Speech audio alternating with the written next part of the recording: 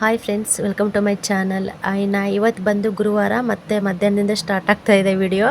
ಇನ್ನು ಗುರುವಾರದ ದಿನ ಬೆಳಗ್ಗೆ ಚಿಕ್ಕಮ್ಮ ಬಂದುಬಿಟ್ರು ಊರಿಂದ. ಇವಾಗ ಕೆಲಸ ಎಲ್ಲ ಮುಗಿಸ್ಬಿಟ್ಟು ಮತ್ತೆ ನಾನು ವಾಪಸ್ಸು ನಮ್ಮ ತಂಗಿ ಮನೆಗೆ ಹೋಗ್ತಾ ಇದ್ದೀನಿ. ಇನ್ನು ಕಾರಣ ಬಂದು ನಮ್ಮ ರತ್ನಮ್ಮ ಚಿಕ್ಕಮ್ಮ ಊರಿಗೆ ಹೊರಟಿದ್ರಲ್ಲ ಬೆಳಿಗ್ಗೆ. ಅವರ ಬಸ್ಸಂತೂ ಸಿಕ್ಕಾಪಟ್ಟೆ ರಶ್ ಆಗಿತ್ತಂತೆ, ಫುಲ್ಲು ರಶ್ ಇರೋದಕ್ಕೆ ಇನ್ನು ಬಸ್ಸು ನಿಲ್ಲಿಸಲೇ ಇಲ್ಲ ಅಂತ ಹಂಗೆ ಹೋಗ್ಬಿಟ್ಟಿತ್ತು. ಮತ್ತೆ ಅವರು ಊರಿಗೆ ಹೋಗೋದಕ್ಕೆ ಮತ್ತೆ ಸಾಯಂಕಾಲ ಒಂದು 5 ಗಂಟೆಗೆ ಬಸ್ ಇದೆ. ಅಲ್ಲಿವರೆಗೂ ಇನ್ನು ಇಲ್ಲೇ ಇರಬೇಕಾಗುತ್ತೆ. ಅದಕ್ಕೋಸ್ಕರ ಇನ್ನು ನಮ್ಮ ಚಿಕ್ಕಮ್ಮ ಫೋನ್ ಮಾಡಿದರು, ಬಾ ಅಮ್ಮ ಒಂದು ಸ್ವಲ್ಪ ಬೇಳೆಗಾದರೂ ಹಾಕೋಣ, ಒಬ್ಬೆಟ್ಟಾದರೂ ಮಾಡೋಣ ಅಂತ ಹೇಳ್ಬಿಟ್ಟು ಇನ್ನು ಕರೆದ್ರು. ಅದಕ್ಕೆ ಇನ್ನು ನಮ್ಮ ಚಿಕ್ಕಮ್ಮ ಮನೆಗೆ ಬಂದಿದ್ರಲ್ವ, ಇವಾಗ ನಾನು ನಮ್ಮ ಗುಂಡ ಮತ್ತು ನಮ್ಮ ಬುಜ್ಜಮ್ಮ 3 ಜನನೂ ಹೋಗ್ತಾ ಇದ್ದೀವಿ. ಇವಾಗ ಕೆರೆ ನೋಡಿದ್ರಲ್ವ, ಆ ಕೆರೆ ಬಂದು ಇನ್ನು ನಮ್ಮ ತಂಗಿಯವರು ಊರಿಂದದು ಕೆರೆ. ಎಷ್ಟು ನೀರಿದ್ದು ಅಂದರೆ ಸಿಕ್ಕಾಪಟ್ಟೆ ನೀರಿತ್ತು. ಆ ನೀರು ನೋಡ್ತಾ ಇದ್ದರೆ ನಿಂತ್ಕೊಂಡು ಒಂದು ಸ್ವಲ್ಪ ಹೊತ್ತು ವೀಡಿಯೋ ಮಾಡಿಕೊಂಡು ನಿಂತ್ಕೋಬೇಡ ಅಂತ ಅನಿಸ್ಬಿಡುತ್ತೆ. ಕೆರೆ ಅದೇ ಹಳ್ಳಿ ಕಡೆ ಕೆರೆ ಅಂದರೆ ಸ್ವಲ್ಪ ಭಯನೇ. ಅದು ಹಳ್ಳಿ ಜನಕ್ಕೆ ಗೊತ್ತಿರುತ್ತೆ ಕೆರೆಗಳ ಸವಾಸ ಏನು ಅಂತ ಹೇಳಿಬಿಟ್ಟು. ಅದಕ್ಕೆ ಸ್ಟಾಪ್ ಕೊಡಲಿಲ್ಲ ಅಲ್ಲಿ. ಇನ್ನು ಬಂದ್ವಿ. ಇನ್ನು ಬರೋ ಅಷ್ಟೊತ್ತಿಗೆ ಇನ್ನು ನಮ್ಮ ತಂಗಿ ಹಿಟ್ಟೆಲ್ಲ ಕಲಸಿಡ್ತಾ ಇದ್ದಾಳೆ, ಹಿಟ್ಟೆಲ್ಲ ಕಲಿಸ್ತಿದ್ದಾಳೆ. ಇನ್ನು ನಮ್ಮ ಚಿಕ್ಕಮ್ಮ ಬಂದು ಬೇಳೆಕಾಳೆಲ್ಲ ಸ್ವಲ್ಪ ಕ್ಲೀನ್ ಮಾಡ್ತಾ ಇದ್ದಾರೆ.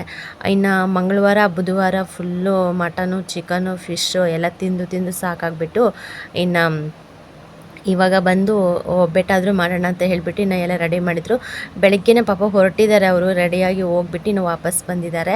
ಇನ್ನು ನಮ್ಮ ಮಲ್ಲೇಶ್ವರಿ ಅಷ್ಟೇ ಪಾಪ, ಅವಳು ಕೂಡ ಅಷ್ಟೇ ಮಗುನ ಕರ್ಕೊಂಡು ಇನ್ನು ಹೋಗೋಣ ಅಂತ ಹೊರಟಿದ್ದಾರೆ. ಇನ್ನು ಮತ್ತೆ ವಾಪಸ್ ಬಂದಿದ್ದಾರೆ ಮನೆಗೆ.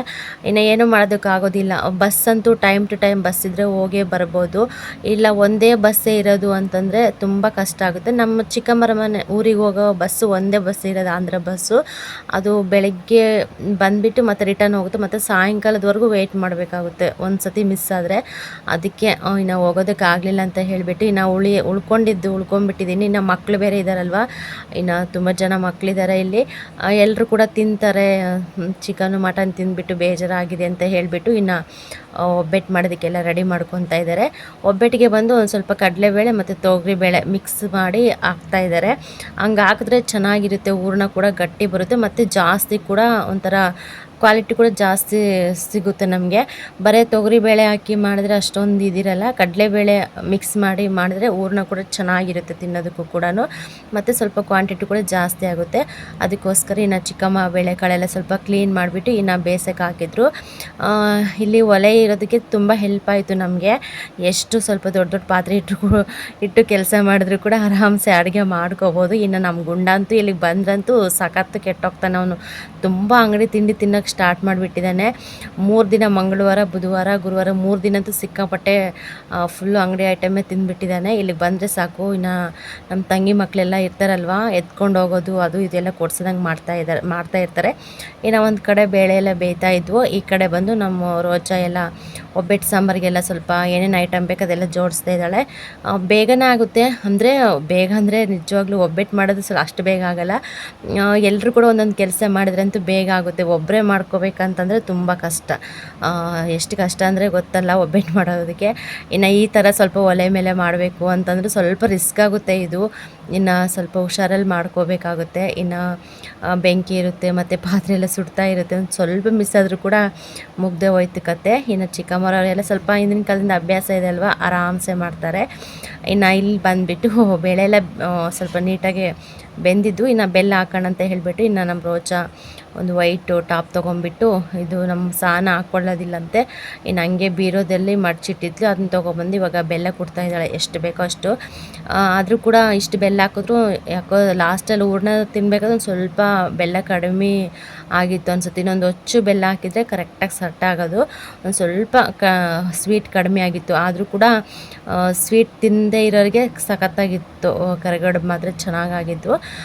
ಇನ್ನು ಇಷ್ಟು ನಾವೆಷ್ಟು kg ತೊಗೊಂಡಿರ್ತೀವೋ ಬೇಳೆ ಆಗಲಿ ಸ್ವಲ್ಪ ಅಂದರೆ ನಾವು ಯಾವ ಅಳತೆ ತೊಗೊಂಡಿರ್ತೀವೋ ಆ ಅಳತೆಗೆ ತಕ್ಕಷ್ಟು ಬೆಲ್ಲ ಹಾಕಿ ಏನೋ ಮಾಡಬೇಕಾಗುತ್ತೆ.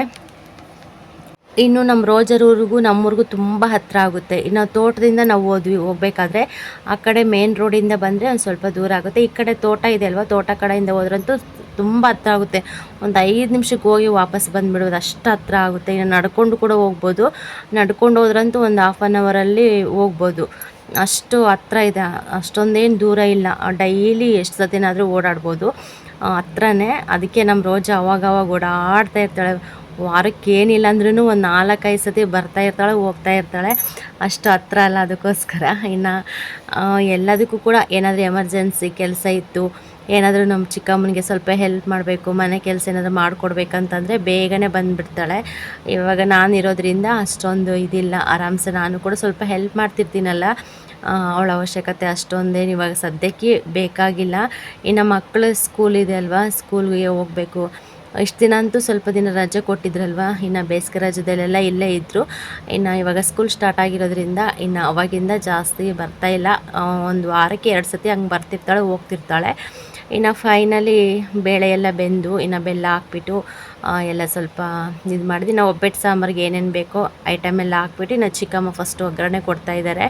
ಫಸ್ಟ್ ಒಬ್ಬಟ್ಟು ಸಾರು ಮಾಡಿಟ್ಬಿಟ್ರೆ ಮತ್ತು ಅನ್ನ ಕೂಡ ಆಗಿತ್ತು. ಇನ್ನು ಒಳಗಡೆ ಕುಕ್ಕರಿಗೆ ಅನ್ನಕ್ಕೆ ಹಾಕಿದ್ರು. ಇನ್ನು ಇಲ್ಲಿ ಬಂದುಬಿಟ್ಟು ಒಬ್ಬಟ್ಟು ಸಾರು ಮಾಡಿ ಇನ್ನು ಮತ್ತು ಹೂರಣ ಎಲ್ಲ ರುಬ್ಕೊಂಬರ್ಬೇಕಲ್ಲ, ಇನ್ನು ರುಬ್ಬೋದಕ್ಕೆ ರೋಜೆ ಎಲ್ಲ ರೆಡಿ ಮಾಡಿ ಕೊಟ್ಟು ಚಿಕ್ಕಮ್ಮನಿಗೆ ಹೂರಣ ರುಬ್ಬೋಣ ಅಂತ ಹೇಳಿಬಿಟ್ಟು ಎಲ್ಲ ಜೋಡಿಸ್ಕೊತಾ ಇದ್ಲು. ಇಲ್ಲಿ ಬಂದುಬಿಟ್ಟು ಇನ್ನು ಒಬ್ಬಟ್ಟು ಸಾರು ರೆಡಿ ಆಗ್ತಾಯಿದೆ. ನಿಜವಾಗ್ಲೂ ತುಂಬ ಚೆನ್ನಾಗಾಗಿತ್ತು ಸಾಂಬಾರು.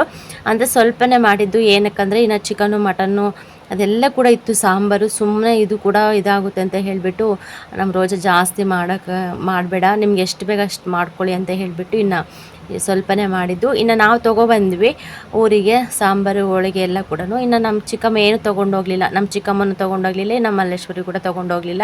ಯಾಕೆಂದರೆ ಅವರು ಹೋಗೋದು ಸಾಯಂಕಾಲ ಒಂದು 5:30-6 ಗಂಟೆಗೆ ಬಸ್ ಬರ್ತಾ ಇತ್ತಾ, ತುಂಬ ಕತ್ಲಾಗುತ್ತೆ. ಇನ್ನು ಮಗುನ ಕಟ್ಕೊಂಡು ಈ ಥರ ಏನು ತೊಗೊಂಡು ಹೋಗೋ ಹಾಗೆ ಇಲ್ಲ.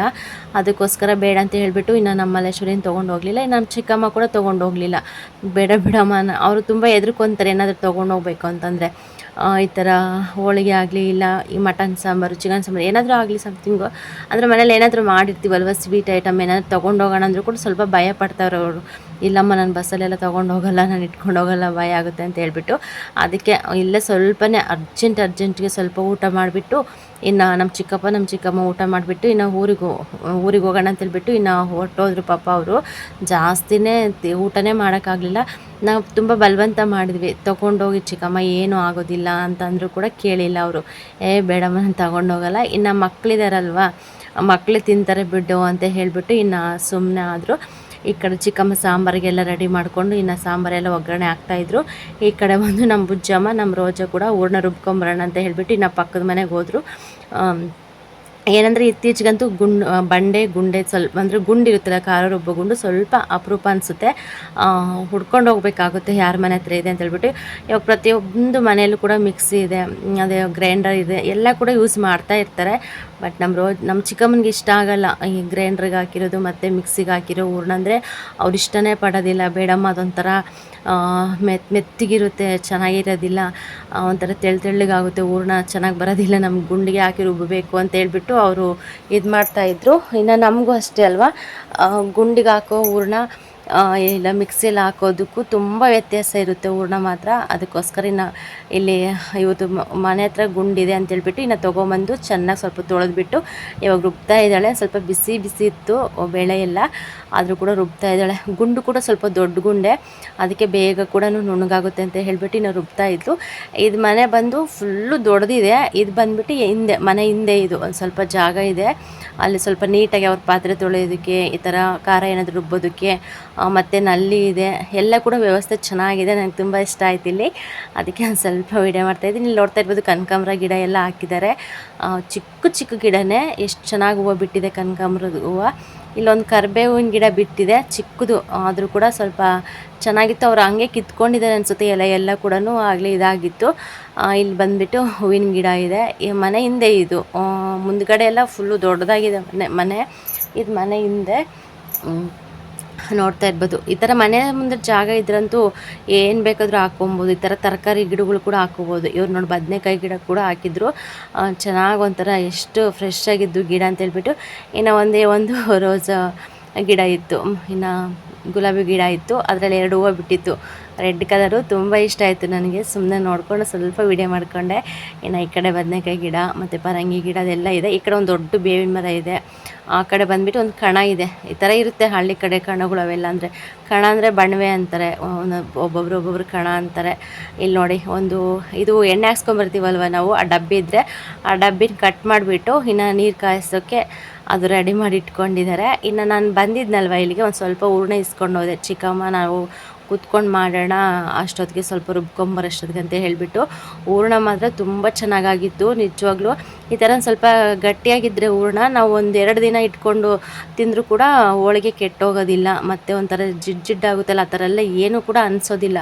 ಚೆನ್ನಾಗಿರುತ್ತೆ ತಿನ್ನೋದಕ್ಕೂ ಕೂಡ ಟೇಸ್ಟು.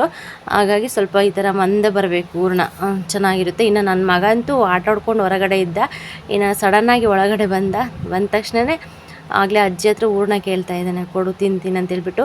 ಮಕ್ಕಳಷ್ಟೇ, ಏನೇ ನಾವು ಕರ್ಗಡ್ಬಾಗಲಿ ತಟ್ಟೋಳಿಗೆ ಆಗಲಿ ಏನೇ ಮಾಡಿದ್ರು ಕೂಡ ಅಷ್ಟೊಂದು ಇಷ್ಟಪಟ್ಟು ತಿನ್ನಲ್ಲ. ಈ ಥರ ಹೂರ್ಣ ಮಾಡಿದಾಗ ಮಾತ್ರ ಕಂಪಲ್ಸರಿ ಇಷ್ಟಪಟ್ಟು ತಿಂತಾಯಿರ್ತಾರೆ.